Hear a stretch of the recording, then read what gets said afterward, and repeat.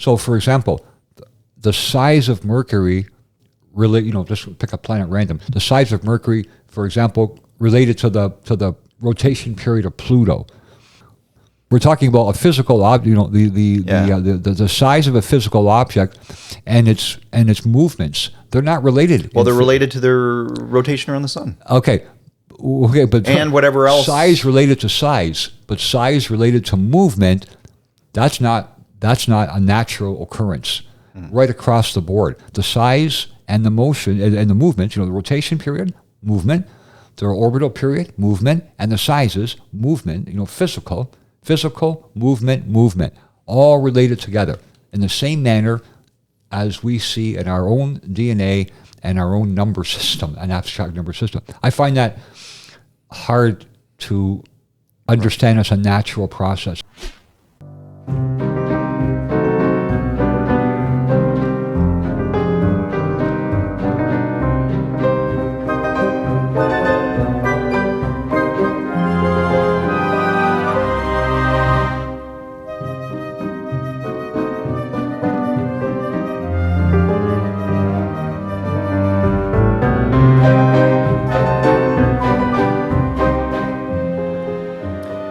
Hello, everybody. Welcome to the show. I am Jason. I'm here with Dimitri. Hello, everyone. And we've got a guest here today. Chris Soda is with us. Nice to meet you. Thank you, guys. Nice to see you again, Jason. Yeah, nice to see you. So the story with this is Chris and I kind of go way back. He sort of rescued me. I was actually talking about this with Dimitri on the way down here. We're in Windsor, by the way, Windsor, Ontario, which is in Canada. On the way down, I was kind of just explaining kind of how we were talking about like places we lived and everything in Windsor, and I sort of mentioned that you rescued me from a housing crisis that I had. Do you remember that, where I was like homeless, essentially? Yeah. At that time, I was I was a single dad, and I had a spare room in my house, and I knew Jason from a coffee shop that I used to attend, and he seemed like a nice guy. So we got to talking. We got to be, pretty good friends. He mentioned, he might be needing a place. I said, "Yeah, you're welcome, anytime." So yeah, I ended up staying for 1 year, a year and a half. I couldn't even remember. Like it had been I remember sleeping on your floor comfortably for quite some time. Yeah. Well, I think you had the spare bedroom too, right? And if I remember, maybe. And then I think your daughter moved back or something. Right. And then it was kind of like on the floor. She'd have to visit her mom, right? So when she was gone, you had the bedroom. When she came back, you had the floor. Yeah. And I had the couch. So it was not my it was not my best moments. Well, in terms of living. Yeah. But it was, I think you graduated or were graduating from university at that time. So, I mean, I liked having young people, around, right? We just kept up the association for all these years, right? Yeah. So, and that's quite the amazing beginning. Many conversations with Chris over the years on politics, on chess, like very good chess player, and actually taught me quite a bit about it. And I'm a good, solid, mediocre 1200 player. But one of the most interesting topics that I always found that we sort of discuss, late at night and into the wee hours of the morning is this, how would you describe it? Like alien intelligence.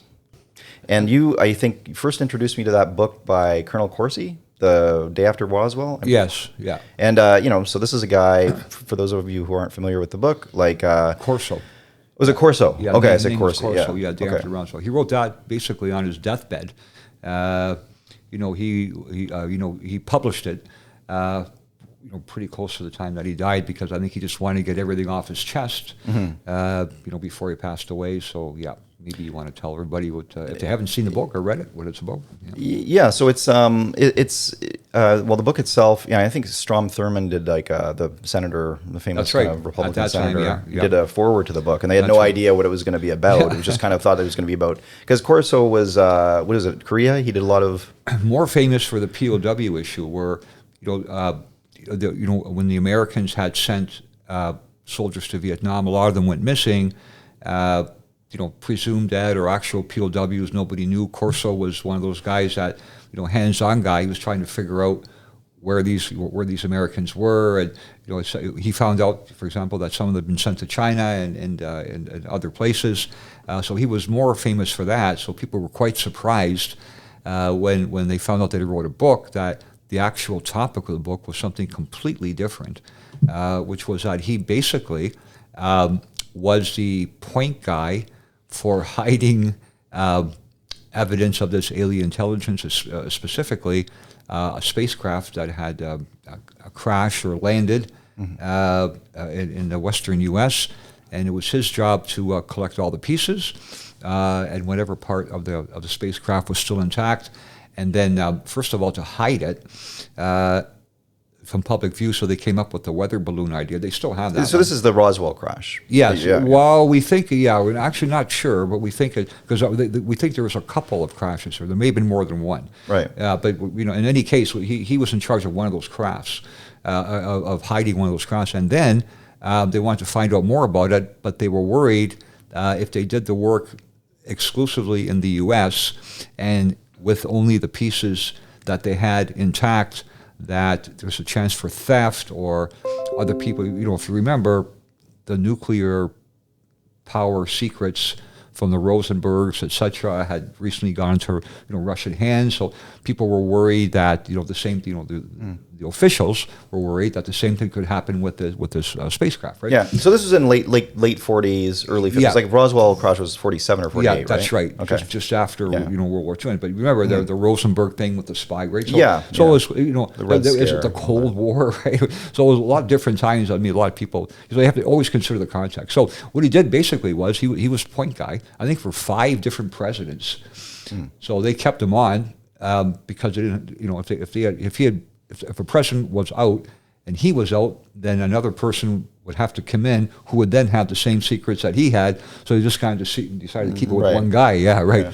So he ended up sending these pieces of this craft all over the world, but not telling anybody where the craft came from. He'd send it to Italy or Greece or somewhere in Canada. So, but he sent it piece by piece. Check this piece here. Tell us what you see, and whatever. And then eventually they put it all together. So so that was quite the story. But his public image was the POW guy, the point guy. He's trying to get the Americans who were unaccounted for, back, to either bring them back or to have them properly buried or whatever. And I think a lot of it was he would sort of send bits of the technology to different American companies to kind of and around the world.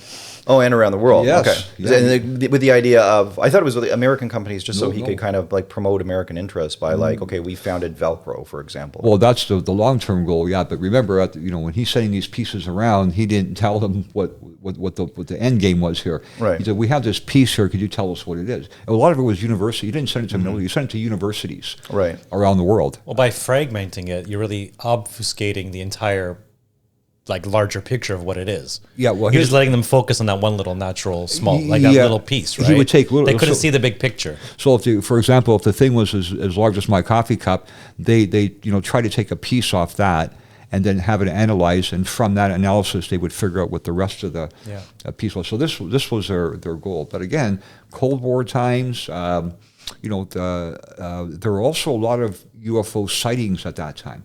So a lot of people were reporting.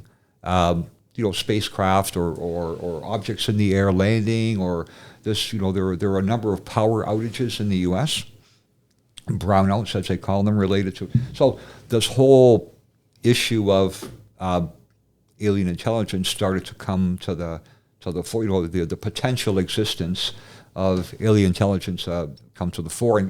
But the last guy, when people hear about this, normally you would think it would be an astronomer, a nuclear physicist, somebody who may have, generally in their line of work, have some interest on this topic. Nobody thought that a military guy, from the U.S. Army, who had none of that kind of education, he would be in charge of this alien spacecraft program. So right, yeah. So I guess. First of all, I would encourage everyone to read the book. Like, it's an interesting book, and Roswell. The day after Roswell, yeah. But you're also talking about. I mean, this is in his words. I mean, there's details, and certainly, so you could,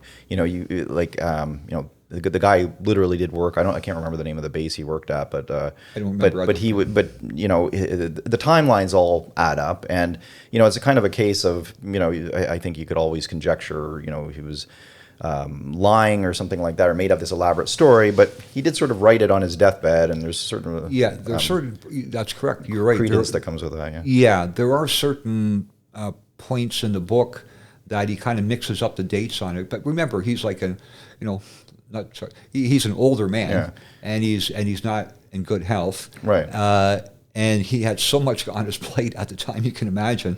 So it's understandable that he would maybe mess up a few details, dates, or times or something like this. But the general overall view has never, nobody's ever said, that he made up this story.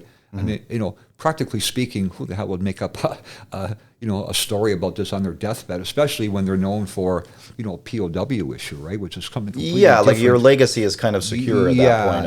I'm not going to be, I'm sure he, is not going to like make up something So like you said, we talked about these kind of topics, and then we talked about other topics, and that eventually got me interested into checking, when I got the time, checking more into this myself, and I found, I have to tell you, like, when I first started to look at this topic, I came across something called Fibonacci numbers, Fibonacci sequence, a golden mean, all these sorts of terms, right? But I checked a little more closely, and I found that a lot of this stuff was more glitter and fancy colors and extravagant displays. Artwork of showing aliens and these, magnificent looking crafts. Right?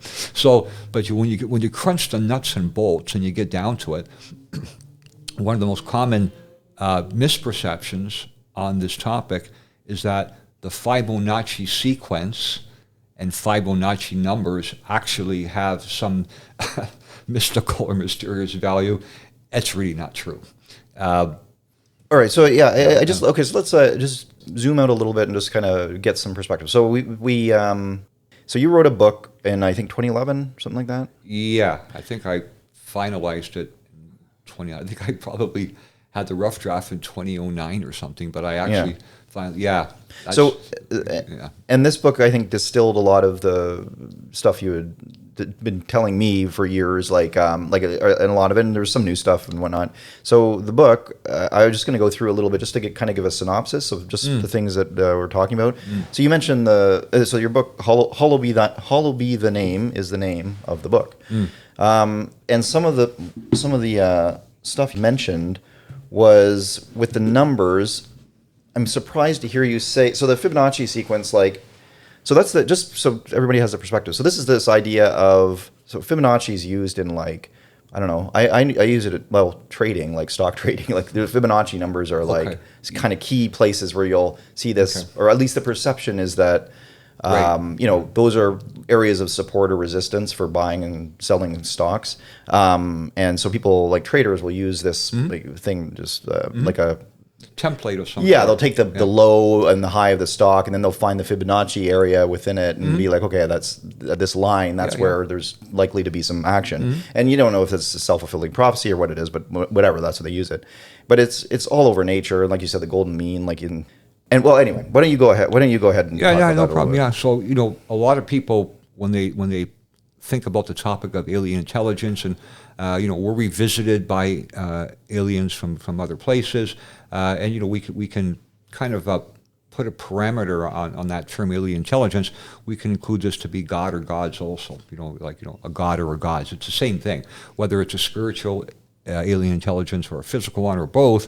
The whole point is, are we alone?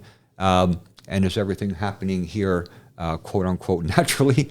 One of the biggest jokes, or is some kind of design. So of course, like you mentioned, a lot of people talk about the Fibonacci sequence with designs, but the actual truth is that okay. So I think a lot of viewers might know it or could easily check it. The Fibonacci sequence is a series of numbers that begin with 0 and 1, and then the line continues by adding the last two numbers together to get the next number in the line. So in the case of the Fibonacci sequence, it would be 0 and then 1 and then 0 and 1 added together to give you another 1, and then 1 and 1 added together to give you 2, and then 1 and 2 added together to give you 3, and so forth up the line, right?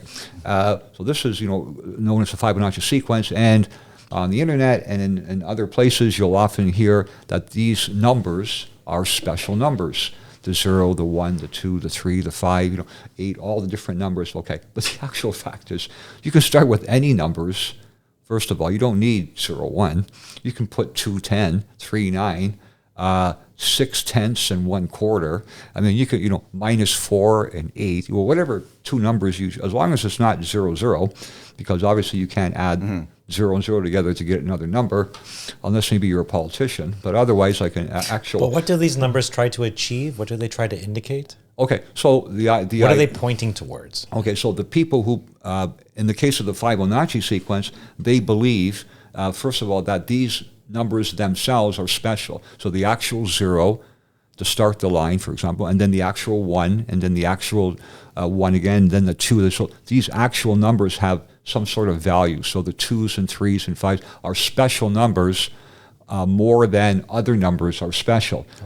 Okay, because those other numbers are not part of the Fibonacci sequence. But the truth is, any number you can do this with. Okay. You can start with any two numbers and add them together to get the third number, and then the last two to get the fourth, and so on and so forth. There's nothing mystical. Meaning that, like, so with the Fibonacci, eventually you go down the line and everything. If you're dividing, for example, 2 by I'll let you go. So first, on the topic of the actual numbers. So the Fibonacci numbers or the Fibonacci sequence has nothing to do with those special numbers. It can be any numbers to start with, okay? The second point is, like you say, once you make your number line so many numbers long, you go back to the beginning, and instead of adding to get your next number, this time you divide your results. So in the case of the Fibonacci sequence, you would have 0, 1 as your first two numbers. So 0 divided by 1, that's 0. And then the next number would be 1, 0, 1, 1. So 1 divided by 1 would be 1. Eventually you divide up the line, and you start out with random chaos results, different answers, and then you get a smoothing out period, and then you get a final constant of 0.618. And it doesn't matter which two numbers you use. It works with the Fibonacci sequence or any other sequence that's constructed the same way. So there's nothing, right away for the viewers, if you see something on the internet that says the Fibonacci sequence, the special Fibonacci numbers, it's like turn a page on that one, because that's BS. But the final destination has some weight to it, that there is a final constant number that has correct special meaning? That's correct. Doesn't matter how you get there, but the final result is the 0.618. The 0.618. What we need to be looking at. That's right. And does this go, just to divert, it might be, if it's completely the wrong, does this go anywhere into like Nikola Tesla, and once you know 3, 6, and 9, you understand the universe, the vibrations? Does this go anywhere in that realm? I think it could be part of it, but I think the main, as I talk about, in the book that I wrote, the second book that I wrote, the issue is, or the constant here is a 0.618 in our number system. Like you said, if you set up the numbers in that manner, any numbers starting with in that manner, you get to 0.618. And then the other thing I just want to mention quickly is, once you set that line up and you divide up to get 0.618, you can also divide down towards your starting point to get 1.618. So those are the two constants in our number system. And that has to do with the relationship to physical objects. And for me, that's the fascinating part, and the first indication that we have been interfaced by extraterrestrial intelligence. That's the first indication, is that the physical world is matching the symbolic world. I mean, I can't, I've got one coffee in my hand, but I can't show you a 1 or a 5. I need to have a physical object to correlate it to. So the numbers themselves are just abstract thoughts. I've heard that before. Like you can have the abstract, like 1 + 1 = 2, but it doesn't make 2. You don't have That's right. two in That's your right. hand. It's just a I mean, that's know? well, I mean, Okay, I don't well- know. But then yeah, it's it's a concept, but the- it's like a but the concept, manifesting into the actual world. Right. that's it. But you need the physical objects in order for those abstract thoughts to make any sense. You know, the first thing I noticed, checking myself, and I'm checking because I've got the same interests that everybody else has. Are there life forms or whatever you want to call them from other worlds coming here, or have they come here, or are they here now? The whole general concept of we are alone or we are not alone. I started to dig a little deeper into it, but like I mentioned earlier, the problem was there aren't a lot of books written on this topic per se, but there's a lot of social media content on this, and a lot of it is bogus. So I decided to do my own checks, and I just took it upon myself to take all the numbers that I could think of, put them all, and see if there was any kind of pattern or relationship that I could see first off. So we saw all UFO, we've seen all the UFO reports and UFO photos, UFO videos. We saw a lot of this. This is how most people first get introduced to this topic of extraterrestrial intelligence, or the potential for extraterrestrial intelligence. But I happen to have enough time in my life that I could go a little deeper, and rather than looking at pictures or photos or third-party reports, I decided to check some of the stuff myself. So I took the numbers and I started to crunch the numbers, and I found some interesting patterns. And I said, okay, let's look a little more here. I started to check a little more, and I started to play with numbers just along the lines of the Fibonacci sequence, but instead of starting with a 0 and a 1, I just pulled two numbers out of my butt, and I said, let's see if it works with this, and it did. I got the same sequence that the so-called special Fibonacci sequence got, and I said, well, maybe it's a coincidence. Let's try another couple numbers. Let's try some negative numbers and a positive. Let's try a couple fractions.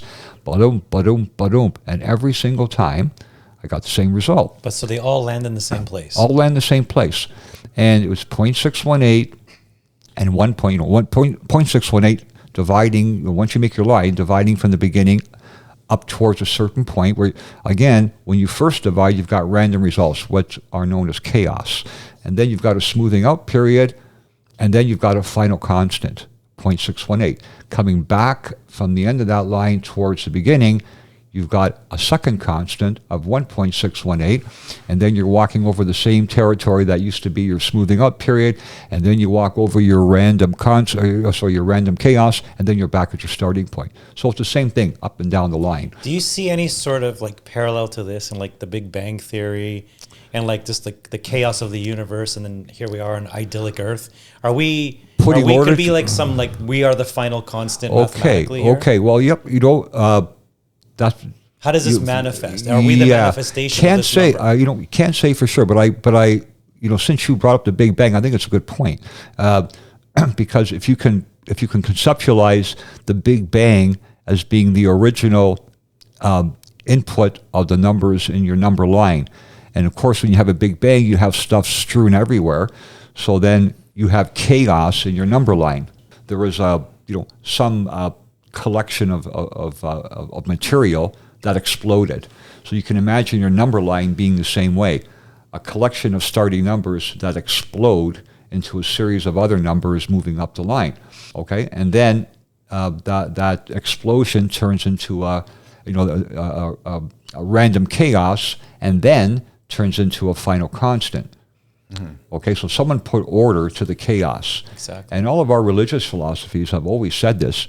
Nobody ever said the earth or the universe or everything in between was created as is in one shot. It's all about, for example, in the Christian religion, on the first day God did this, on the second day God did that, blah, blah, blah. Other religions, it's the same thing. So they always talk about there's sort of like accumulation of material that gets strewn about everywhere, and along comes some, divine or some presence, some power to smooth it out and put some order to it.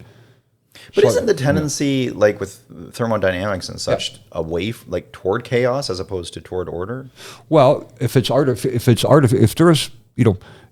I think we kind of understand the idea that, you have order, but eventually you have chaos. And if you have chaos, you eventually have order. And I think that's sort of like the rule in the universe, but you'd have to ask yourself, why is it that we have that order? And why is it that we have that chaos? So, if these are all so-called natural events, why would nature in and of its own, not being an intelligence, why would it consider putting order to that chaos to begin with? What is nature? Is nature like, I'm getting tired of all this shit being thrown around here, I think I'm just going to put some order to it? Or nature says, oh, look at all this order, I'm getting tired of it, I think I'm just going to give it a kick and see what happens. So I think, we're ascribing,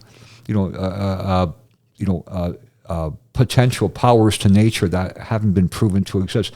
There's nothing in the so-called natural world that can be proven to be natural. All the material that we see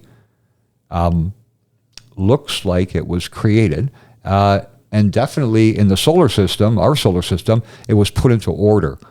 And I think that's the next thing we can't even describe correctly anymore, like really still to this day, what is consciousness, what is energy?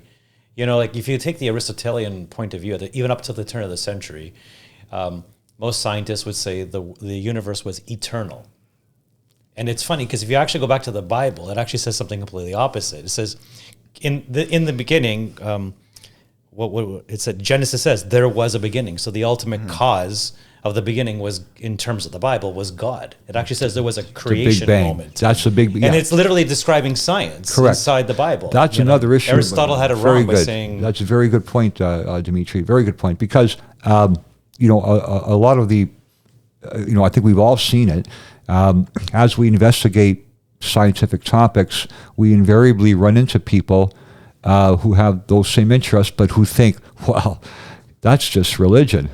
This is science. It's like somehow they're supposed to be separated, which they never were for a long time. Science and religion were intertwined. They were one and the same thing. When people spoke about science, it was about, they described the details of what a god or gods had created or what was involved with. There was never a separation.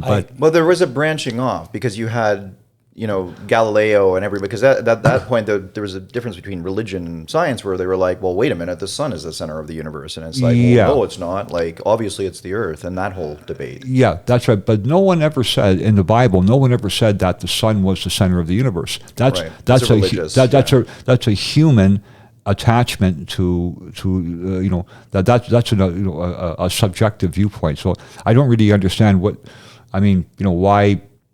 Well, I'll just interject, because if you get into the Bible, God actually tells us to do science, because he says, now I want you to name the animals. That's correct. The naming of things is taxonomy. It's literally the most basic applied science, right? Correct. So he's like, I created the universe. Yeah. There's a big bang moment. It's not eternal. Done all the hard work. I've done all the hard work, guys. Now go name the I'm going to rest now. I'm going to rest now on the seventh day. Yeah. And he also said, get ye knowledge, but more, or something like, get ye knowledge, but more importantly, get ye understanding. So it's not just collecting the information, but it's putting some kind of, logical thought to it. So you're right. Religion and science were always intertwined, but nowadays. And at the time, Jason, when we were when we were living together, the whole UFO topic, it was sort of like anti-religion or anti-religion. A lot of science communities thought that religion was something that did indicate intelligence, did indicate education, didn't indicate something as good as what we're doing here. So that was the first thing I came across. What I noticed was the separation between science and religion. So as I was crunching the numbers, I saw, like Dimitri said, that actually not just the Bible but other religious tracts are very consistent with what has been shown to be proven scientific results where they match. So I don't understand why there's this, but anyway, it's there. I mean, we have to acknowledge it, right? So even nowadays, if I say I'm a religious person, someone will say you're a Trump supporter. Did you say the underlying, since you've studied so much, the underlying psychological and applied knowledge of all the religions more or less point up the same hierarchy, and they have different names and terms for Absolutely it, but literally true. that's why they're also parallel. Absolutely true.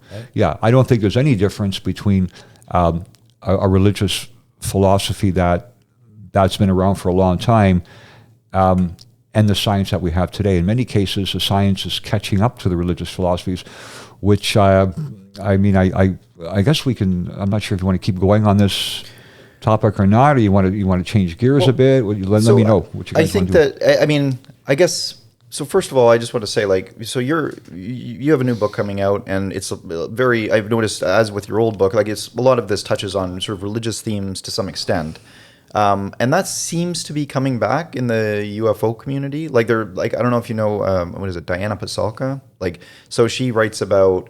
I think she's a religious studies like professor, but she actually went to she got access to the Vatican library, which is like off limits to everybody. But she kind of got in there, and they did this interesting part of her book where she goes in. It's like some interesting, I'm sure you would have a field day in there.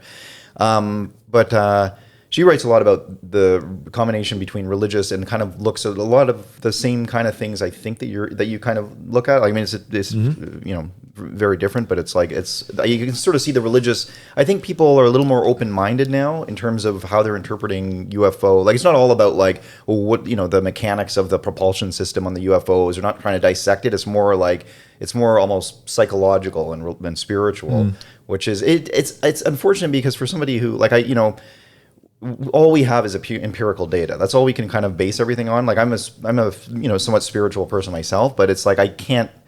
Like there's the scientific method exists for a reason, and it really like we have to, I think, adhere to those rules if we want to actually prove anything. I mean, it's just the part otherwise it's all speculation, right? Like, Yeah. Well, I would, I'm not sure.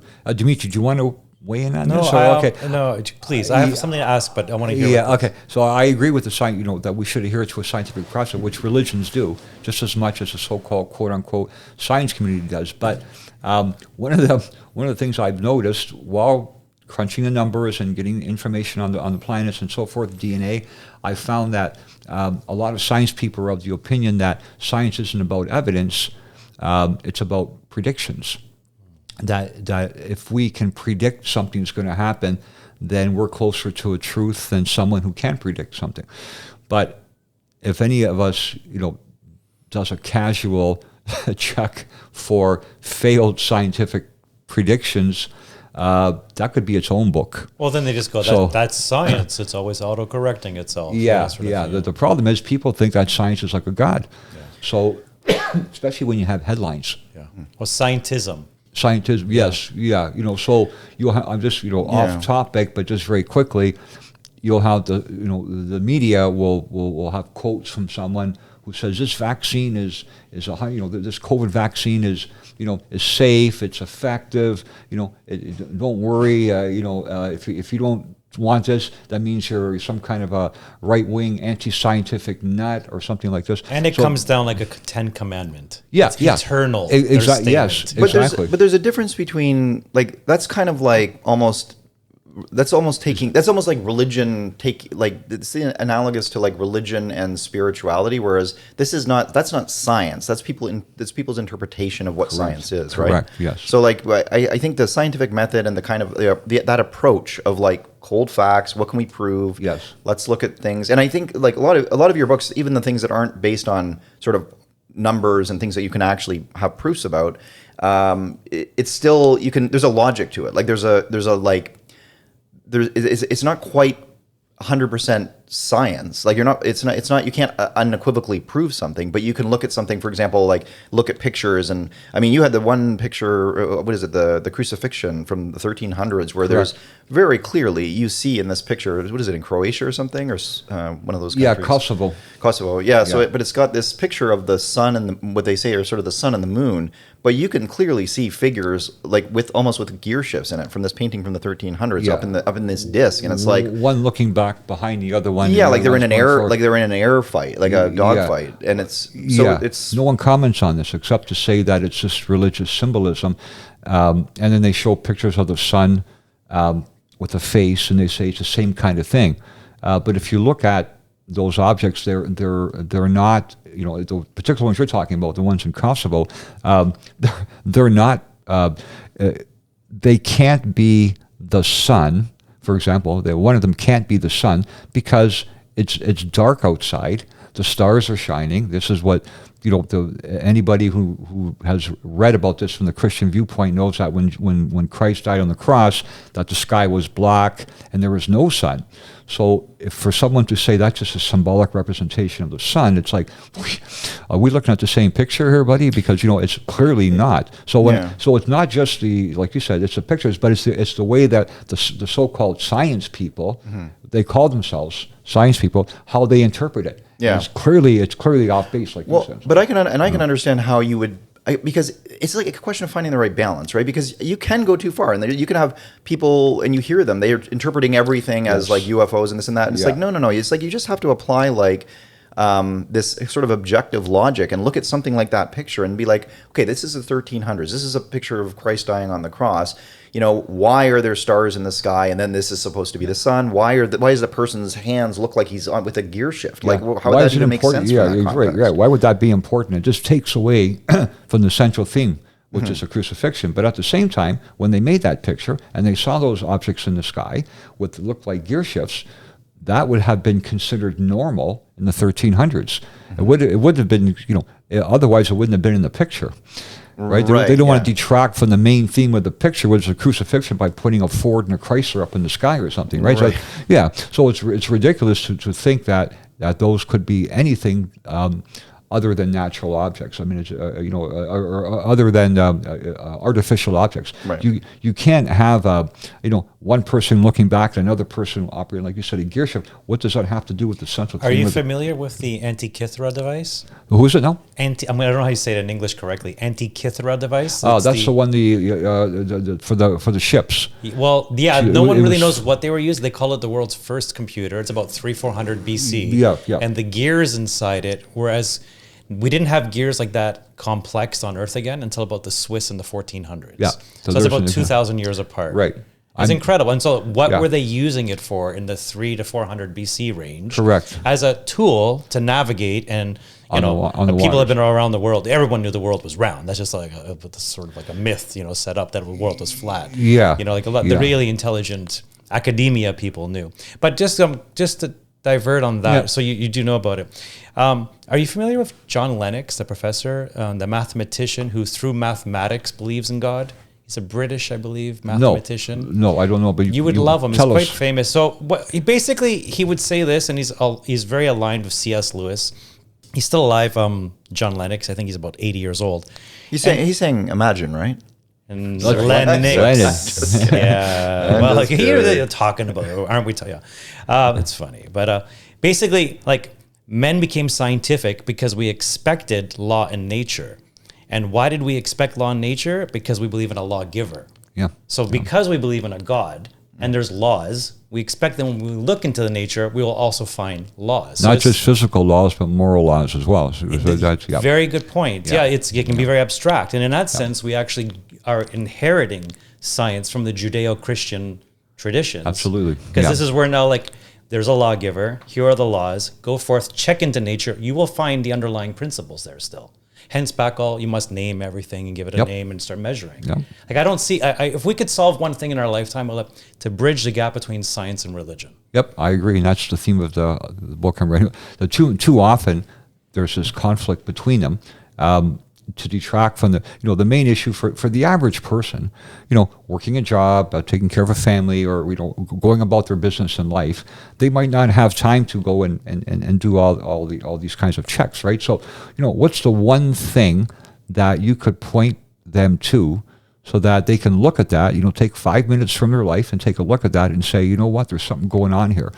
So for me, and the way the approach I was the numbers, not the pictures, because the pictures are important, but photos can be, photoshopped, right, manipulated, but the numbers can't. The numbers are raw material, and that's my approach that I used because I wanted to put it in as simple a way as possible so that the average person could see this by just looking for 5 minutes or maybe 10 minutes. And then if they had got more time, they could check more themselves later. So rather than just pushing their face into it, I kind of, or using some appeal to authority. Oh my God, we see too much of this. I'm Professor so and so from this, so because of where I work, what I'm saying is true, and it's like nothing could be further from the truth. So I like I'm hoping that if anything can be gained by all of this, it's that the average person gets their interest piqued, and they've got the time to go and do some checks themselves, and don't take any of our words for anything. Take a look yourself, and and go from there. Just in a pop culture reference, like 25 years ago, I didn't really understand it. I just thought it was a cool movie. But in The Matrix, they're staring the movie The Matrix, and they're staring at all the numbers going across the screen, zeros and ones, and you're like, okay, computers, Matrix, all that kind of stuff. But then the guy who lived in this future time, he's like, you just see zeros and ones across the screen. Yeah. I see a lady in a red dress. Yeah. It's almost like the mathematics behind the color, the shape, Correct. and everything. So he's seeing the numbers behind the material that we interact with everyday life, right? So to your point, once you actually see that there's mathematics all around us, and it actually has a constant, like you said, and it's so. Did you like the whole fine tuning of the universe? Do you ever get into that sort of concept as well? Like things are just so precisely fine tuned that it just couldn't be random. I think it's the moon has to be a certain distance from the Earth, a certain size to make an eclipse. Yeah, but again, he's right. It could that could be part of the order. Could and is two different things, right? But it could be. But I have a hard time believing. I think like an average person would have a hard time believing that if you were to look at the 9 planets in our solar system and the moon, and you compared each one of those objects to each of the other objects and found out that they were related in exactly the same way, and then you checked human DNA, the length and width of our DNA molecules, and our number system, and found that they were related in exactly the same way that those planets are, and then the whole thing becomes related. That's where I say it's not random anymore. Okay, because you haven't said it explicitly, and I want to make sure that our listeners understand this, because I know because I've read the book. This point being, this sequence of any two numbers eventually coalesce to 0.618, and that number is 1.6182 and 1.618. Yeah. And that number is found, for example, with DNA, the length and the width, Okay, hang on. Yeah, so 0.618 and 1.618 is found in a lot of the physical world, and it's a general rule for figuring out distances within a pentagon. A five-sided figure called the pentagon. So that's generally how the 1.618 and 0.618 relates to, the abstract world would be the mathematical design, the five-sided figure of a pentagon. So the rules are there for determining the distances within a pentagon. You use 0.618 and 1.618. Now, that's fascinating. Well, it's true. That is just fascinating. But I'm struck. Because I'm a okay. moron. Yeah. Okay, so wait. Talk to me like I'm an absolute moron. No, give yourself more credit. Okay, so maybe not an absolute. Okay, well, you haven't met my wife or what she has to say, or you probably have a different opinion of herself. Okay. Yeah. Okay, so here's the thing. So the pentagon shape, it sounds like so that's no big deal. Could be a circle, could be a square. What the hell's the difference? Who cares if the 0.618 and 1.6 relate to a pentagon? Well, the issue becomes the shape of the universe itself. So the shape of the universe, the universe is expanding. We know that from the red light shift, right? But the universe is expanding in a set manner. And the set manner is something called, I mentioned here, dodecahedron, which is basically a bunch of pentagons stuck together like a soccer ball. So if you can imagine a soccer ball, and you have a soccer ball, and then you put your air pump in the hole of the soccer ball, and you start pumping air into it, and then the soccer ball gets bigger and bigger and bigger. But those little pentagons that make up the soccer ball are still intact, they're just getting stretched. And the relationship remains the same. And the relationship remains the same. So the universe is expanding in the shape of a pentagon, and just by coincidence, our number system relates to two constants that are found in pentagons. But so this is like but how do they? What do you mean it's expanding in the shape of a pentagon? Like, how are they? Okay, so imagine that you're on a soccer ball. You're standing on a. No, soccer I understand that, but like how? Okay, because I just see like a blue sky, right? So like how are whomever is determining this. Okay, so we can see the blue sky because it's our atmosphere, right? But if our eyes were good enough, and we could see past the atmosphere and through our solar system and through all the galaxies that we have that we have knowledge of, keep going somewhere in that space. There's more space. It's constantly expanding, and it's expanding in all directions.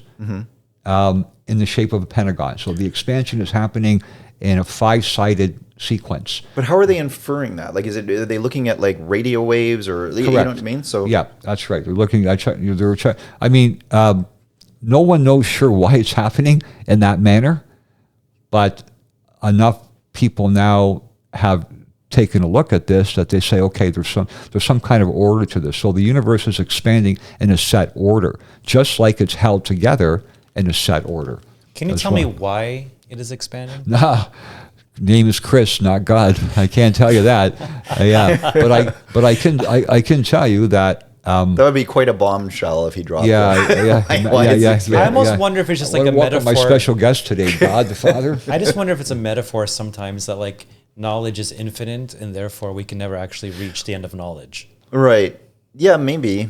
But like, and is it fool's gold to even try to race for that? Because probably. like literally maybe the constant that we should all appreciate is here on Earth, and perhaps there's another planet in the Goldilocks zone, or perhaps mathematically there just isn't. But like, this is all there is, and it's such a precious mathematical constant. So like, I don't know. There's so much information here. I don't know. Like it's so like I'm just trying to narrow down because I just want to make sure. Like, can I try it? I'm just saying like the expansion. Like I get the expansion because it's like Doppler shift and everything like that. But so they know it's expanding. But I just don't understand how it's expanding in the shape of a pentagon. I just can't visualize it. Wouldn't it be like a circle, like like a bunch of pentagons as they stretch? They when you have the Earth looks flat at the moment, but it's actually round. So the same idea. Okay, so if they're so now so if they're, for example, taking some a satellite array and they're kind of like obviously simplifying it, God knows what they use, but like they're sort of pointing it and they're like, okay, so it's red shifting this far out in this patch of phase, and then they kind of narrow it down. It's like, oh, that's a pentagon. Or radio waves, both. Okay. Yeah. All right. Okay, that makes sense. Like microwave kind of. Yeah, that's right. So the visual and the the what you can see and what you can't see. Yeah. So they put them together. Now again, this is a guess, right? They're guessing. But what I find interesting about this guess is, isn't it interesting that they're claiming that the universe is expanding in the form of a pentagon, but no one is making commenting on the relationship between that pentagon shape and those numbers in our number system that relate to the same thing. So if you're a scientist and you can see the symbolism of our numbers matching, the constants in our numbers, which are 0.618, 1.618, those are two of the constants, and you see the physical world and you see a relationship and you're silent about it, how can you be a scientist? And that's what I found. So I really started to dig after that because I'm like, well, how come nobody's talking about this? So then I started to check more closely, and that's when I found the whole relationship between our number system, DNA, and the planets. And there's actually 4 numbers, 0.618 and 1.618. Because I know you want to kind of like get the topic going here, but 0.618 going up the line, 1.618 going down the line. And also, when you're going up and down that line, you'll usually find 0.617 and 1.619. And those are the dimensions of DNA. The length and width of our DNA molecule 34 angstroms, 21 angstroms, divide them, you get 1.619 one way and 0.617. So the shape, the length and width of our DNA is related to those two numbers just before you get the two number constants. So you always get 0.617 or 1.619 before you hit the constants of 0.618 or 1.6. So it's like a drum roll. Get ready, folks. Here it comes, and that's your 0.617 and 1.619, and then ta-da, then you get your constant of 0.618 or 1.618. So that's basically that rule that Dimitri was talking about, like that order. This is the law, and this is how it's done. That's the order that we're talking about. And it's very obvious. I mean, I'm no Einstein. I just took the same numbers that everybody else. Anybody can open a book and get the numbers, do the same thing. So it's just a question of, a lot of people don't have time for this. A lot of people read headlines. A lot of people are afraid if they see that relationship to these constants, in this extraterrestrial, presence, they're afraid of being, maybe painted as religious. Chris, can I ask you one more philosophical question? Sure. Here? So this, like you said, I'm following you. Yeah, you're so knowledgeable on this, but there's got to be other people in the world understand this too, right? So what is the veil that is preventing humanity from wanting to share this information? Okay, so my opinion on this, I can't say for sure. I have an opinion because there's no numbers I can use to figure that out. But my opinion is there's too many careers at stake. That the last thing, let's say, if tomorrow morning we wake up and the headline says we have found extraterrestrial intelligence on Mars or on the moon or something. Okay, so a lot of people would be out of work.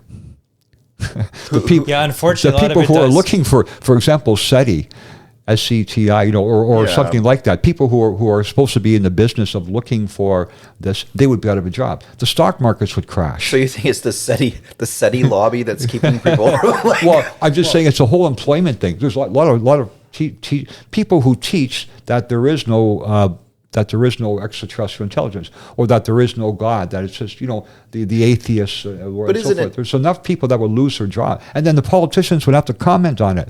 The politicians would have to say something, and the last thing they want to do is actually be truthful to people for once. Is this what I would maybe call? Sorry, Jason, but is this what I would call the banality of evil? Like it actually is evil, but there's no actual wizard behind the curtain. Everyone has just got their own personal vested interests, and they mean to do good because they want to feed their family and pay their mortgage. And through this sort of having to satisfy the material demands of living, we therefore cut ourselves off from actually getting to the truth. I think that's a pretty valid point, except I would say I think it's deliberate. Okay. You saw a lot of people get into it because they're looking for the truth. I'm not sure if that's. I'd like to think it's true.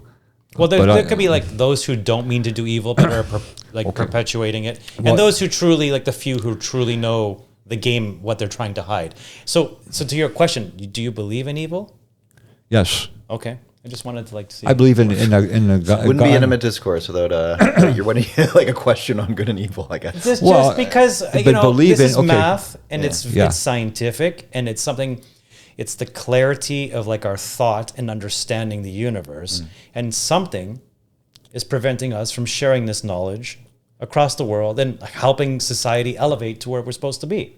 Yeah, so I don't know what else I would call that. I think I understand his point is that it's the evil that's preventing us from putting order to our knowledge. Okay. I think maybe that's what he means to get at. But I'm not sure. I can't be sure 100%.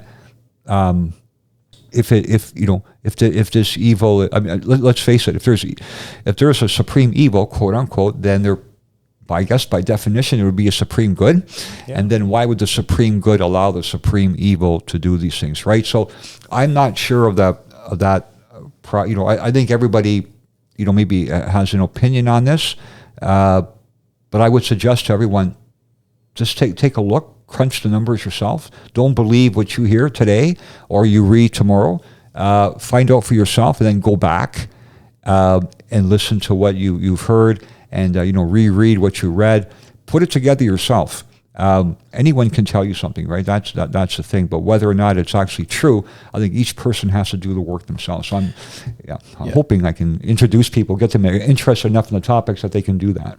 So one of the things in your last book was, aside from the numbers, was also showing the similarities between kind of global stories. Yeah, that's true. I think especially with the the so-called Christ figure in history. I think there's a lot of interesting evidence to support the idea that this figure was not isolated to one area in the Middle East.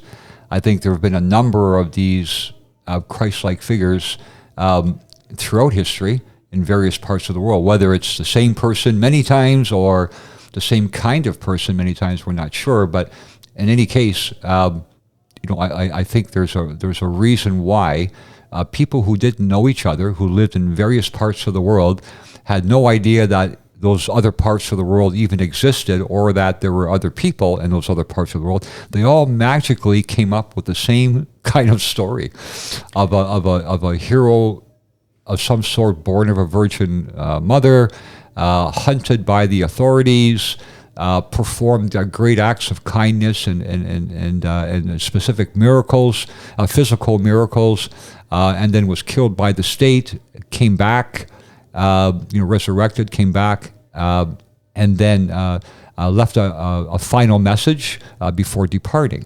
So I kind of can't imagine that that kind of consistency could be found in stories throughout the world, different languages, different cultures, different times, over thousands of years, and all linking people who never knew each other.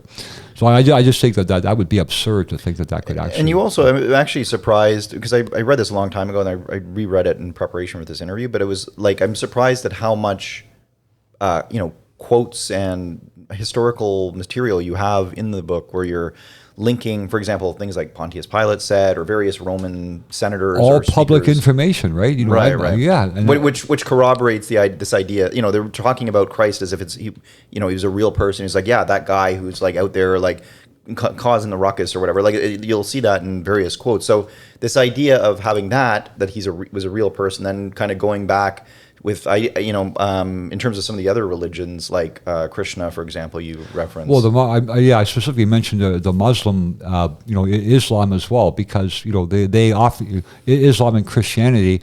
They're two prophetic religions, right? They've got some prophets, someone that was considered to be having divine guidance from some God, preaching to people. So Islam has them, Christianity has them. They've got the same ones in many cases, and they agree on the fact that this what the Christians call Jesus Christ was an actual physical person born of a virgin mother. Islam believes this very well. Christ performed miracles. Islam concurs with this, believe it, just like the Christians do. One of the major differences between the two is that they don't believe that Jesus actually died. Islam believes that he was resurrected in whole, in body, without actually dying, and that someone who looked like him died on the cross. But it doesn't take away from the fact that they're both referencing what they consider to be a historical figure. So I look at that and say these two religions often don't agree, but they're agreeing on this. So I'm going to take a closer look at it, because that's probably what they're not agreeing on is probably closer to a truth than what they're not agreeing on. So that was kind of like my modus operandi when I did this. Yeah. Right. And so, another thing, I don't know if it was in this book, or you had a real thing with like languages. Correct. So maybe if you want to talk a little bit about that, like this book was called "Hollow Be the Name," and it occurred to me, I'd forgotten why that book had that name, and it wasn't just kind of like cheeky play on words. Yeah, but it was. I think. Am I right in believing that the moon? Am I right in believing that hollow means, or that the moon, referring to the moon, either the moon is hollow or there's great parts of it that are hollow, and that's the belief based on the fact that a lot of our languages, when they reference the moon, the sounds, that the actual phonetic sounds that they use are pretty close to the same kind of phonetic sounds that they would use for hollow or empty. I'll give you Korean just very quickly for the listeners. A tung bin in Korean means hollow. Tunggol refers to the moon in Icelandic languages. So here are people that don't know each other, and it's a connection of sounds that are matching. So there's a lot of this in our languages. Of course, I also mentioned in the first book, most of the languages that the world has seen are gone. So this is another issue, right? There's thousands of extinct languages. So we might not ever get to the bottom of that. But I just thought it was interesting that some of these sounds for the word moon are matching sounds for the word hollow. So I started to take a closer look at that, and as you saw, there's a couple of people who researched this, scientists, and they thought that they found the same thing. It's not clear whether that whether the moon itself is hollow. It could be, could not, or there's great parts in it that are hollow, or that there's something hidden in there in one of the hollows, like in the bottom of a crater or something. So there's a lot of references to going inside the moon, and the names that they use for the moon itself. So the idea of hollow or going into an empty space and the moon are related, which is unusual because the moon was considered by many people to be a god. And the last thing that they ever would have thought of was that this was a hollow god. But right? It's interesting because it's like, I guess the idea is that we almost have echoes of ancient, long dead languages that are kind of propagating this idea of maybe there was some knowledge there that the moon was hollow. Right. How would, and we just get echoes of that now that we're Yeah. I just, if you can imagine, like, we constructed a language. So if I saw if I saw a woman with red hair, so, I would think of a name for her, I would probably reference the word red. If she was a short, red-haired woman, if I had to use a language to describe her, I would probably describe something about her being a woman and her being short and her having red hair. I wouldn't say she was a big, tall, muscle rat or something, or gym rat or something like this. Right. So, why would the idea of these, why would they concur so closely? Well, I know this about like ancient, more older languages. English is the one we're speaking, and it's newer. And I think we've lost this or we've become removed from it. But when you look at something like Greek, which is the only other language I kind of know, a word like fire and a word like light have the same root word. In English, we don't have it. They sound completely separate concepts. And that's totally logical, right? We would think that, right? You build the vocabulary around the concept, right, sort of thing. Around the physical aspect. Exactly. Correct. So you might have like luminescence, light, and then we have fire, which is Yeah. just completely on the opposite. It doesn't sound the same, nothing Right. about it. But so a lot of times I was able to guess what the word was in Greek by looking for the root word. The root word, yes. And then thinking of the context, going, I think they're talking about this. Yeah. So I could actually just kind of logically extrapolate from the root word out and find the knowledge. Right. And imagine Which I thought was really cool. Imagine if you visited, this is from the Greek language. Imagine if you went halfway across the world, let's say somewhere in Mexico or something, and you talk with those people, and they had the same root sound for their light or their fire. They kind of do. There There's you go. tribes in Peru that have about 250 Okay. words that are exactly sounding like Greek So words. then you would say, then you make a connection and say, this is interesting, right? But it's not done here. We don't have that kind of science that Jason was referring to, like the process where you see something interesting and then, you kind of put it to the task and, you kind of try to build on that. But always with the idea that, every piece of this step has to fit. If there's one piece off, it's not any good. So I think that, but just a precursory look, at least to start. But we don't get that. and that's one of the problems with our ability to gain knowledge and to gain perspective, is that we don't seem to, for most people, they don't have the time, right? And for a lot of the people who do have the time, they're not telling us the truth. Can I ask you a question? Because one of my courses in university was like the psychological analysis of the Bible. And one of the things they were saying was that to study it, you have to really try to look back at the way it was originally written, either in Greek, Aramaic, or Hebrew, depending on what you're trying to read. So something like when you say eating from the apple, we say apple, but in like Greek it'd be like fruit. And we've been like, oh, we'll call it apple. But fruit, and then you can actually go further back and say fruit of your loin. So like the original sin was like they were actually cannibalism. Like they can actually get deeper into because of the way the words are constructed, right? Fruit of their loin could be referring to sexual connotation. So maybe it was the idea of Adam and Eve having sex that got kind of like bite into the apple. Maybe if it's fruit of the loin, then maybe they're referring to sexual organs, but right? But it's just certainly not as simple as like the word, apple. You know what I mean? It just becomes so removed from the deeper context. Yeah, it would make sense that people who maybe didn't have clothes to start threw those clothes on quickly after they partook of their individual fruits of the loin, and then decided that we better throw some clothes on before God catches on. So those little perverts. But I think the point, Dimitri's point, is that there's other sounds that are linked as well, not just the ones I referenced in the book here, but there are other sounds around the world that are linking up, and this should be a point to start an investigation. Why are these languages linked up, and what is it? So we don't get a lot of that. Do you think it was maybe like 200, 300 years ago, the only thing to link cultures together would be secondary and tertiary evidence, like cultural norms that are similar or languages? But now we've gone into the more, 23andMe. Let's check if these cultures are genetically.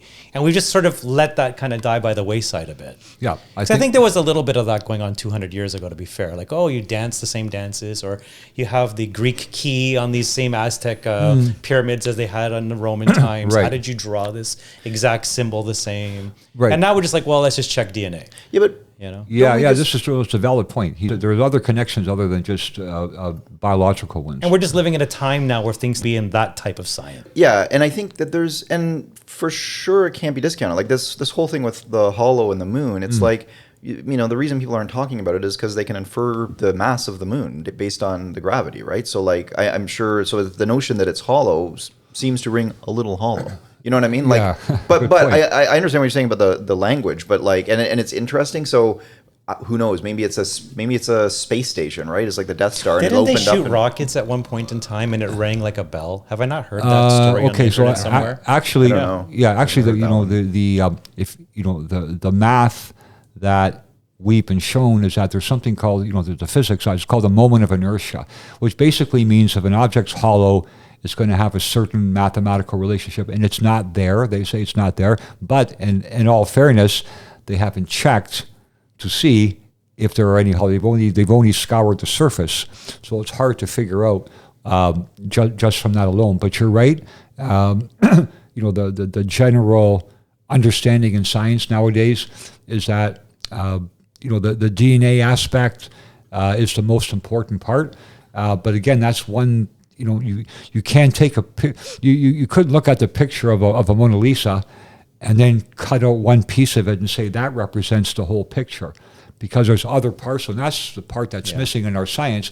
They're not working together to give us the picture. They're working in individual pieces for their own individual purposes. And I think that's one of the reasons why you mentioned, Jason, pulling the veil back on this information is really hard to do. Mm-hmm. Can you imagine if people who for years said the moon is a naturally formed object that coalesced from a bunch of gas and particles at a naturally occurring Big Bang, only to find out that this moon is actually like has either been an artificial construction or had some kind of artificial construction done to it after it was made. This would, it would be totally what would people say? I want my money back because you paid to, I paid you to lie to me, right? Well, I could. It would make the argument though that enterprising young physicists could be like, that's how they would make their name, is disproving a long-held thing. And isn't that a battle between those two? They're not getting a government grant. they're more like, let's figure out a way to colonize the moon. But if we talk about whether the moon's a natural object or not, good luck trying to go to the government to get a grant. It's all about grants. So this is one of the issues, right? Yeah. So they're not going to find a job in the private industry, so they got to get a government grant. And if the government says that those are natural objects, they're going to say, I'll take the money and I'll show you that it's a natural object. That's it. How can you speak out against COVID? You saw what happened to all the doctors. Like, You'd be screwed. I think the moon is this. Some have tried that. Yeah. Some have tried to speak out against. Some medical people have tried to speak out. We all saw what happened. Though it never made the mainstream news, but like you mentioned, the social media, it's pretty clear that there was a lot of people who were against it. Against this whole idea of forcing a vaccination on a population, right? So I think, that you mentioned the scientific process. That's the fact that we're not following those steps is one issue. But I think, and you mentioned that you think it's the evil part that's taken over. I'm not sure how to describe it, but the end result is this: we're not getting all the information that we should be privy to, and we're not getting the right people putting it together. So that's where I'm hoping that individuals can do this on their own, step by step, like a hobby. Yeah, do your own research, right? Do your own research. Start with the numbers. Yeah, ask questions, look around, and find out for yourself. Because I think this is what was the original intention. I can't believe that it's all linked up. Every single planet, 9 planets, the moon, DNA, our number system, all linked the same way to the shape of the universe that's expanding, the same 0.618 1%. Really, you couldn't roll the dice and ever get that kind of a random occurrence. So that alone should be enough to open some people's eyes. Yeah. How much of this do you think is suppression from the so-called military-industrial complex? Because there's big black budgets, right? Like this, there's a whole. Correct. I forget how much it is. Ridiculous. Like a third of the American budget goes to. That's not an accurate figure, but Daniel like Inouye, the former, the late congressman Daniel Inouye, a Democrat from Hawaii, he made the point. He said there's a government within a government and a military within the military, and an industrial system within the public industry. There's a private one within the public one. And he said those are the people calling the shots. Other people said that, since then. But for a congressman to come out and say, it never got the light of day. Rarely did the media report on this at all. Yeah. What do you think of the recent congressional hearings with David Gresh and the intelligence operative who came out and said, they do have. It was very high level. He had access. He worked on, I think, the daily presidential brief and stuff like that. Right. So, somebody like that coming out and giving a presentation to Congress along with David Fravor and I know the guy. I forget the other guy's name, but all who have gone on record with pretty big claims. The Disclosure Project's been around for a long time, long before those congressional hearings. I don't know if you guys have heard of it before. Yeah. So they've talked about a lot of this stuff too. But again, it's opinion. It's it wasn't under any kind of a scrutiny. But I don't think anybody doubts that there's some sort of extraterrestrial intelligence that exists. I really don't think anybody doubts that now. And I think governments realize that. I think maybe 50 years ago there were doubters. I think now most people think that there's some kind of extraterrestrial intelligence, UFO / alien / whatever. And would you say they're from Earth or from outside of Earth? Where does the research lead you? Can't determine that. A lot of the interesting theories kind of coming out these days are that maybe it's not extraterrestrial intelligence, it's actually just something on Earth, that maybe there's some sort of link between dimensions and all kinds of craziness. Yeah, I agree that's the other part of this that's changed, right? People always assumed it was from something outside the Earth coming in, but now others are thinking it could be something within this area that these kinds of people have been here for a while, and they're just observing and preparing and waiting for this final moment.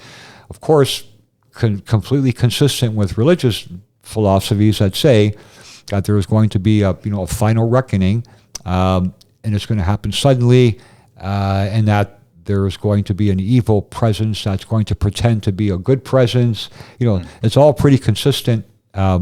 as far as the prediction factor is. But as far as I'm limited to what I can see with the numbers, and the biology and the physics. I limit myself to that. And I also limit myself to common sense, something I can prove. So if I say something to you guys, I got to be able to show it.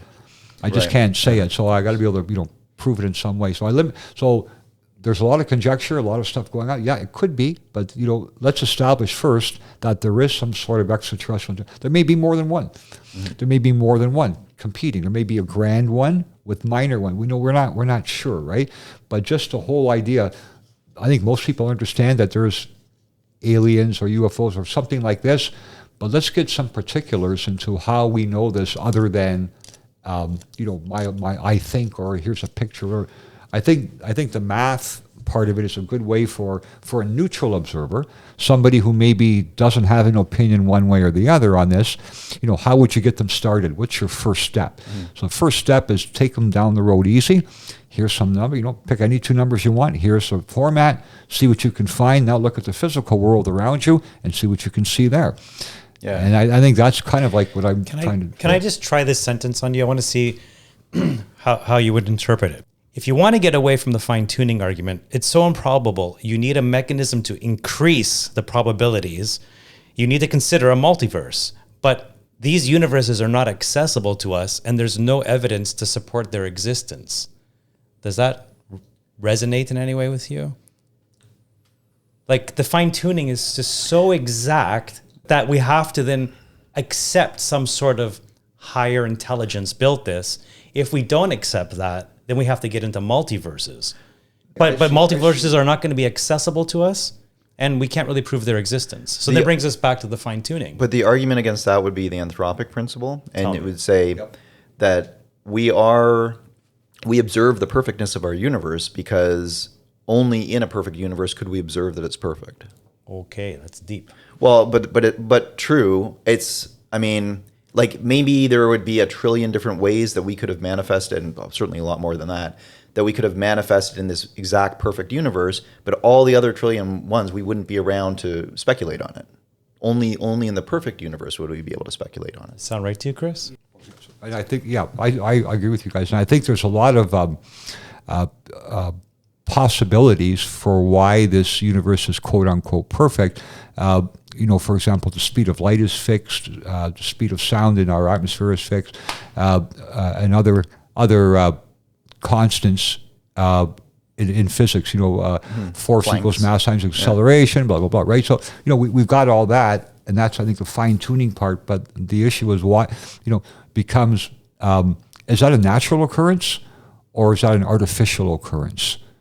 So then you would look past the fixed parts, the fine-tuned parts, and you would look at order within chaos. And I think that's probably the first clue that there's something going on. Okay. If you can look at the order, if you can see the chaos and you can see the order within the chaos, I think people would, for example, I'm just going to give you a quick run because, I know you guys time, but imagine we were walking in a forest. Okay, we're taking a trip in the forest there, not necessarily looking for Eve's apple or anything like this, just going out for a trip in the forest. We're going for a walk, and we've got maple trees on one side of us and oak trees on the other side of us. Okay, and we're walking along the path, whatever, and we come to a log cabin in the middle of the woods, and we look at it. Wow, this beautiful log cabin. It's very solid, looks great, and we find out it's made from oak and maple. Okay, so you would say, well, I think somebody put that together. I don't think that could have happened by itself, but the equivalent scientific argument would be, well, the natural occurrence of the wind and the sun and the rain and climate change and maybe Trump and a few other things all got together, and voila, that's how this cabin occurred, because we don't see these people who made this cabin, so therefore we have no proof that that this cabin exists. So the absence of proof, it's on the burden of you to prove it, and you're stuck in a circle. That's right. Nobody's saying, but I mean, that's a big difference. I mean, nobody's saying that. Well, because people aren't saying that there's no way that, the solar system is a log cabin. You know what they say? The solar system is a log cabin. I've heard it said like this before, and this superhero in this moment is always given enough time, this will naturally occur. Yeah, and they throw it in like a superhero. Yeah. Just throw more time at it. We're talking about billions of years. Don't worry about it. I'm like, I got to agree with him 110% here. Like they make up the rules as they go along. If they have a theory that they consider to be a fact, and then some evidence conflicts with it, they just stretch the theory to accommodate the new. True. Oh my God, there's just so much of that. String theory. I mean, that's been around for 40 years, and like it's kind of like they just keep tweaking it and tweaking it. It's like it's so crazy now. It's still a theory. Yeah. But But that being said, I still think, I mean, like the log cabin analogy, I'm not sure works because most people are saying, okay, the Big Bang. I agree, it's as inexplicable as a creator. You know, like they're both equally on the same level as far as I can tell. But nobody's saying that. Like for example, the solar system, it's a coalescence of like of gravity. Like you know what I mean? Like the sun is drawing things to it. That all makes sense. That's okay. Yeah, it all makes. Yeah, I agree. But the order, the way the sizes of those objects, how they rotate, and how far they are from the sun, you know, their orbital period, has nothing to do with a natural occurring event. They could, you know, those. First of all, you know, those objects, if they were created at the same time as the sun, there's a good chance that they would be part of the sun now, right? The sun's 99% of the mass, right? So we're talking about 1% of the solar system having an order and a fine tuning that matches the human DNA and the human number system that never existed before those planets did. So the solar system showed up in a certain order to it, and just by coincidence, life occurred on the Earth after that solar system was formed, and that life matches the order of all the planets around it. Again, I'll hit you with the anthropic principle, though, Go ahead. because we wouldn't, I mean, be around to observe it if things didn't kind of work out. Like the ratio is the big argument here. It's is symbolic, like, right? Yeah. There were no numbers. There were no people to conceive of numbers when the solar system was formed. So the fact that people conceive of those numbers, first of all, tree falls in the forest. Does anyone hear it? Right? Like the number system, the concept but it of numbers. matches. The thing is that it matches. How can our number system match? Post match the existence of the solar system came first. Human life came second, DNA came second, and then the number system came third. But the birth and they're all, that's not to do with entropy, has to do with energy. Numbers existed as a concept whether there's people they here were or not. No, they didn't exist until people, there life. There was one molecule or two molecules. Let me give you, okay, so does a deer have a number system, or a skunk or a rabbit? Do they have a number system? They might not have a system to describe it, but the concept exists. They don't have that concept. That's one of the other reasons why we were created and we didn't evolve from an ape, which is a sort of topic for another day. But we'll talk. The entry principle has to do with energy, conserving energy and putting energy in, taking energy out. But it has nothing to do with abstract thought. So when abstract thought never showed up on this earth until people did. Before that, there was no abstract thoughts. Or consciousness. Right, but I think, I don't know. That's kind of splitting. Can I'll divert Hawkins. Yeah. Hawkins said, because there is a law such as gravity, that the universe can create itself from nothing. But this doesn't really make much sense because it's self-contradictory. Because he's saying because there is something, gravity, the universe can create itself from nothing. So it makes no sense. It's paradoxical. It's like saying if I say X created Y, that sort of thing. But what he's really saying is because like X created X, and nothing can't make something from nothing. That's nonsense. Well, here's. Right? So so I've never understood this argument. Go ahead, Jason. Yeah. No, I agree with that. I think that self-referential thing doesn't work. Like I have problems with the Big Bang too. I have problems in so much.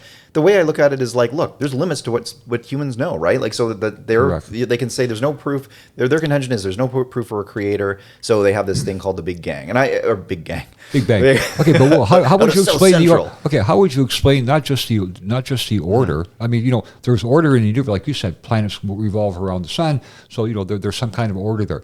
But how are their sizes related to their motions? So, for example, the size of Mercury, really, just pick a planet random. The size of Mercury, for example, related to the rotation period of Pluto. We're talking about a physical object, the size of a physical object, and its movements. They're not related. Well, they're related to their rotation around the sun. Okay, but and whatever else. Size related to size, but size related to movement. That's not a natural occurrence. Right across the board, the size and the motion and the movement. The rotation period, movement.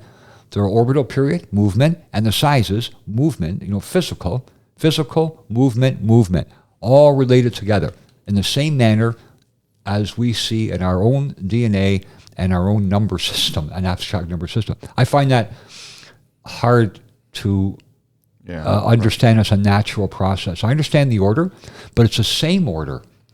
It's the same order as our number system, the same order as our DNA, and the same order in the solar system. How are they all matching? Is that some kind of universal rule, like light travels 186,282 miles a second? Is that like some rule that all life has to follow 34 angstroms length and 21 angstroms width?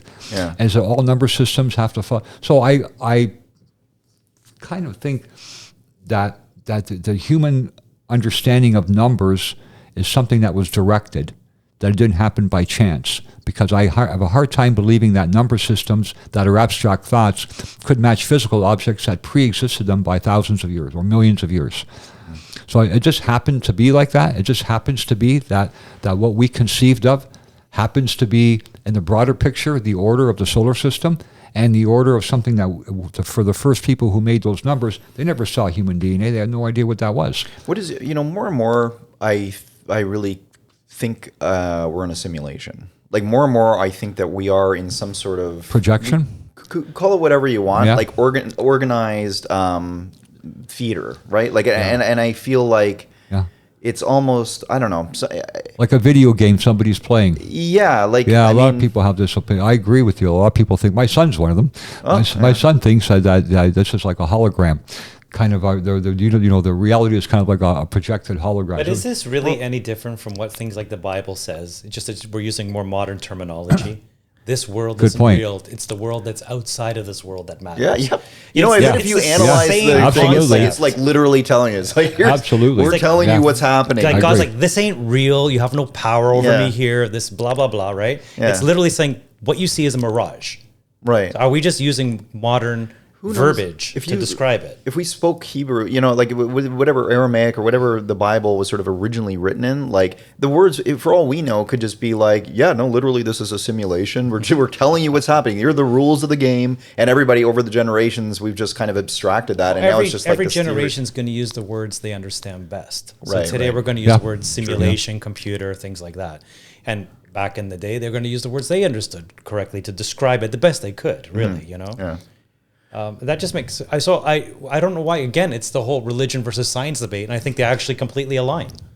So the best science, the science we have today, so-called, I call it science, because it's very tricky and it's very sort of scheming. It's not science per se; it's more like science. So I have my view here is that it's a pretty arrogant attitude to have to build on other people's legitimate science work and then turn around and trash that and say this is what. I'll give you a classic example here.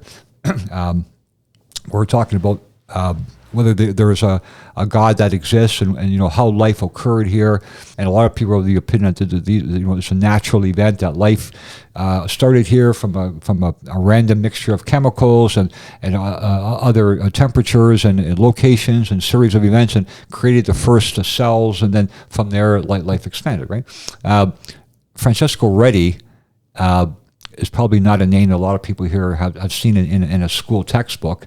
He did he did one of the first experiments to show that there's no way that nature could produce life, that the only way life occurs on Earth is from other life. And then another guy followed him, and his name was there was Redi, and then there was Pasteur, Louis Pasteur. Same thing. He came up with this idea that you can't have life from non-life. He did experiments. Everybody has seen these experiments. Nobody questions them. Tyndall was a physicist. Same thing. He did his experiments, came up the third time. And then in the middle of all that, guess who showed up with the natural occurrence of mankind? Charles Darwin. Well, and he's revered by the science community today. And that guy absolutely ignored the scientific results that his predecessors found. And today it's the same thing. They're still looking for how life started. And there have already been science experiments that have shown that the only way life can start is from another life impacting it or kickstarting it or getting started. But doesn't evolution just, I mean, it's not that it's looking for when life started, it's explaining how life evolved. Right? Okay, well, mankind, they say, started from an evolution from a great ape. A great ape that they haven't proved, they have no physical evidence of. They have no reason to believe that this animal existed except that it fits their theory. And they base this, first of all, Darwin based it on how it looks. Apes look like people look like apes, so they must have the same common ancestor. I mean, it's ridiculous. If you look in nature, you can, I think most of us have seen a cow, and most of us have seen a whale, and most of us would say they're not related, but they're actually from the same family, and they don't even look like each other. Then you've got a rabbit and a hare, which are, they live pretty close, and they are from the same family, but they can't mate, and they couldn't produce. So, the look-alike theory has nothing to, and then, but this is what Darwin used. And then later, lo and behold, we've got our science, which is much better than the religions, remember? And they said, no, mankind wasn't created. We evolved from an ape that had 48 chromosomes and fused two of them together to make 46 or 47 or 46. Eventually we got mankind. What do those chromosomes look like? They look like two of the chromosomes in today's gorillas and chimpanzees. Well, where is this creature? Oh, sorry, the creature's extinct. Well, how do you know this creature had the same chromosome? Well, because if you take this chromosome, you break it in two pieces, and then you take this chromosome, you break it, and you put them together, you've got human chromosome 2, which is our biological marker. Well, that's nice. We have 85% of our genetic code is related to chickens. I don't think Big Bird is my relative. Same thing with dogs. We've got 75% of our DNA is related to dogs. So Scooby-Doo's my hello, Uncle Scooby-Doo. This is ridiculous, right? The look-alike is taken over. Yeah, and that's the science. So Jason's talking about the scientific process. I agree with you 100%. But the problem is they're not following this process. They're not talking about Reddy or Pasteur or Tyndall or the previous one. They talk about Darwin, a guy who ignored all the science and said, we evolved from apes because we look like them.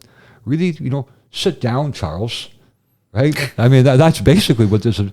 It's ridiculous. So you would agree, it shows Darwinism can show variation within species, but not the creation of a new species. I would say that it's, okay, well, it looks like could be, a rabbit and a hare are they look alike, so they, but they're not from the same species. Okay. They're from the same family. Visually from the outside. Visually, they look like they're the same species, but they're not. They can't mate. How about this sentence? I've heard this before mate too. To produce offspring, sorry. They can't mate to produce offspring. Yeah. Darwinism can explain quite a bit up until we get to humans, and then we're just like. I'd say that's a. Okay, I just try it on you. Generally, try it on for size. Yeah, I would generally say that there are some animals that look alike and could have, gone through variations over the course of history in the same manner. But there's other ones that, how many different kinds of fish are there? I don't know, 1 million different kinds of fish. I mean, I have a hard time believing that they would all. Why would they speciate to begin? I think Darwin was, when he ignored, when he never allowed for the existence of a creator to explain life, that right away his premise was invalidated. That's my view on this. He may have been right on other aspects, but for him to say, because we look like gorillas and chimpanzees, therefore we both have a same, his idea was there was a great ape in the past this great ape fused their chromosomes to create two different byproducts of that great ape.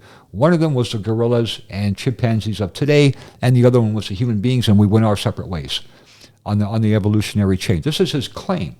And they make the claim based on the fact that the chromosomes in today's gorillas and today's chimpanzees, some of them can be broken into two pieces, stuck together to look like human chromosomes too. But there's no evidence that the original ape existed, or that original ape had those same chromosomes that they're talking about now. They're inferring it, but they're it's inferring it, yeah. But I mean, what's the alternative, right? Like creation. So this idea that like by creation, so for example, like a god, it's like I'm going to create a million different species and we were all, I mean, because you can see adaptations happening. Okay, yeah. Right? Like okay, yeah. Well, but some kinds of variation within species. Yeah, right, that's right. But to create, but to say mankind was created, this is to deny the existence of a creator. And this is the whole point of Darwin. The whole point of Darwin was to deny the necessity for a creator. And the whole point of the experiments by Pasteur, Tyndall, and Reddy was to show that the necessity of a creator. So that should have been what the argument was.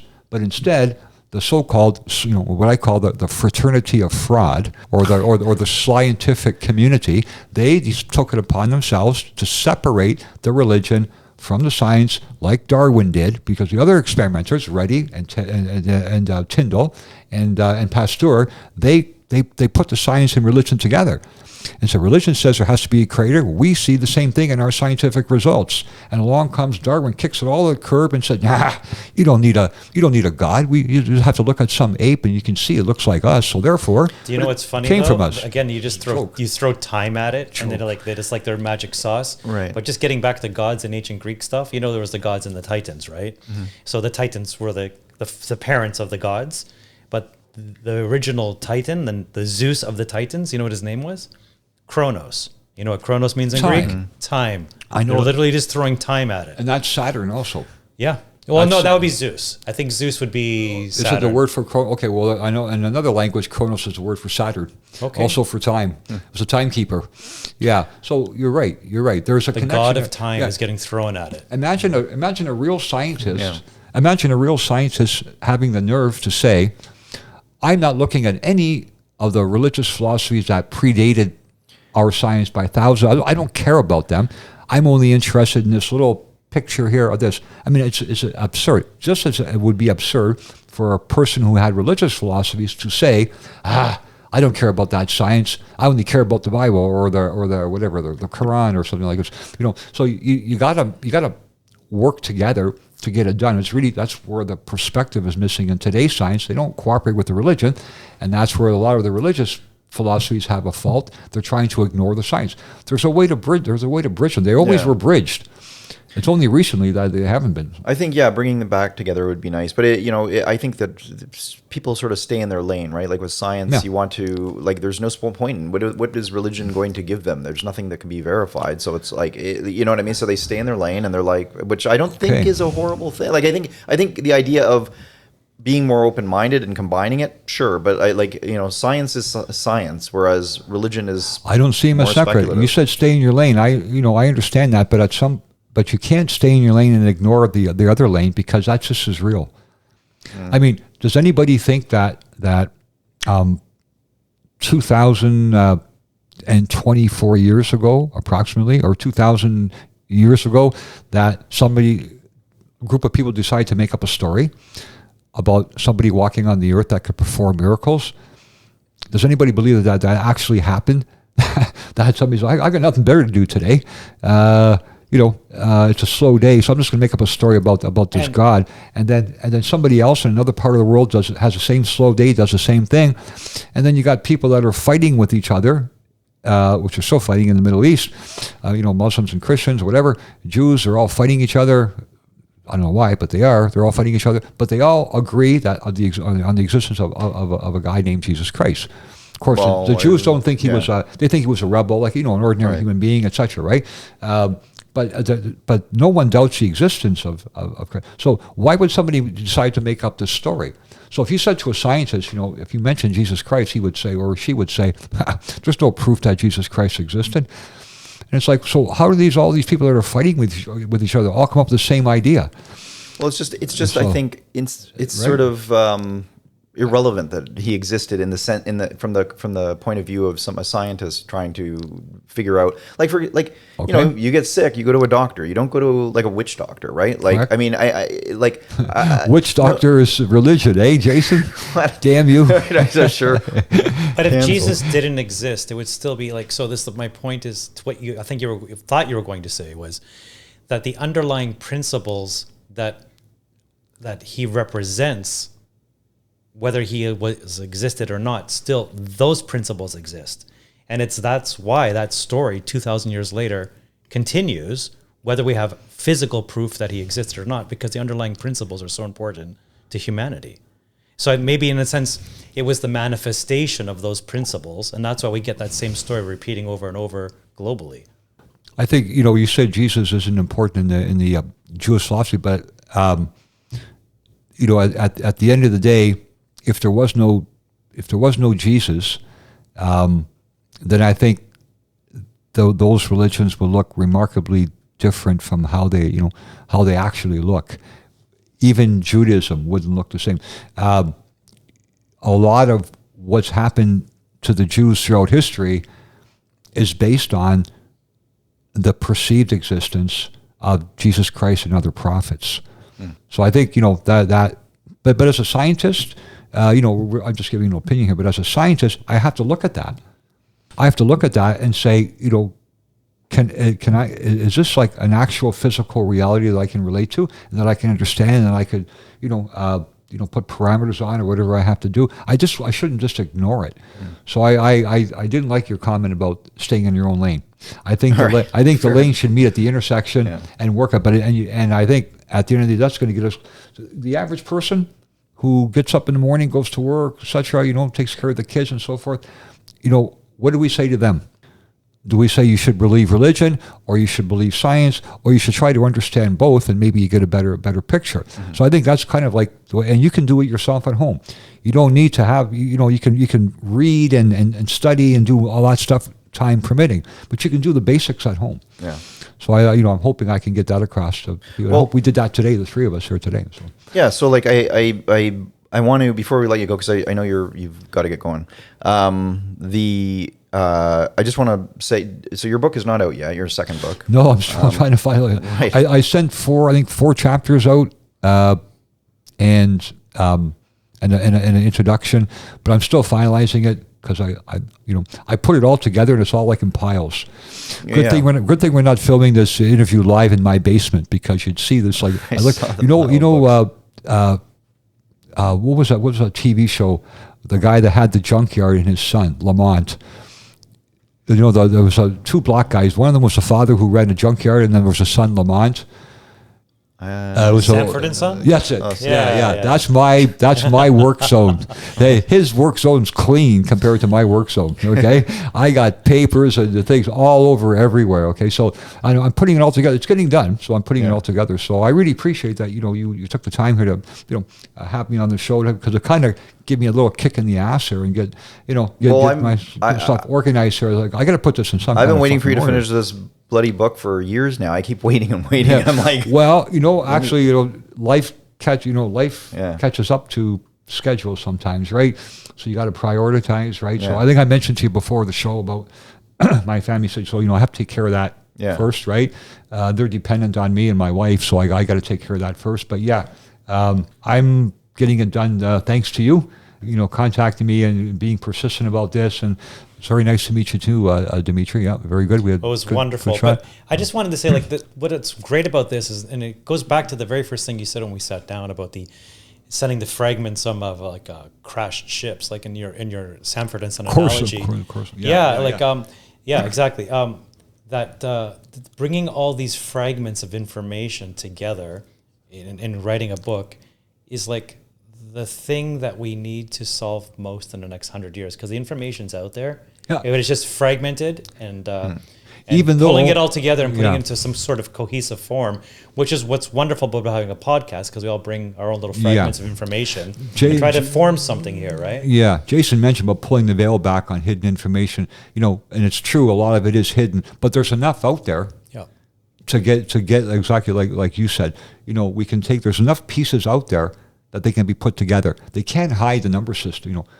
People can't hide the number system. Can't hide the dimensions of DNA. Can't hide the radius of Jupiter. But it's a lot of fragments, a lot of information, Yeah, and that's a lot of and putting most together. people don't have time for it, so I'm hoping, with the podcast and other things, people can kind of get an idea that there's some order going on here, and when they got their time, they can check more. It's all about Chronos. And speaking of Chronos, so we got to wrap it We're up. out of Chronos? And we're out of Chronos, fresh out of Chronos. Nice. But I would say, so Chris's book, his first book, Hollow Be the Name, is available. I'm somewhere. Actually, sold out now. Oh, is it? Yeah, I have Well, more good. copies. This one I maybe be worth some money online. someday. Well, I have online copies. Okay. Yeah, but all the physical copies are gone. Yeah. Okay. Yeah. So. And we'll let people know when your next book is out. Yeah, but, the second book's going to be physical copy. It's going to be. The first book, Hollow Be the Name, is more about it's like an introduction to basic concepts, but filling in the details, dotting the I's and crossing the T's. That's the second book. So yeah. Okay. Awesome. Yeah. So thanks again for coming, Chris. Yeah, you're and, welcome, it was good to guys. see you. Yeah. Yeah. Okay. All right. Talk soon, and thanks again. Thank you so much.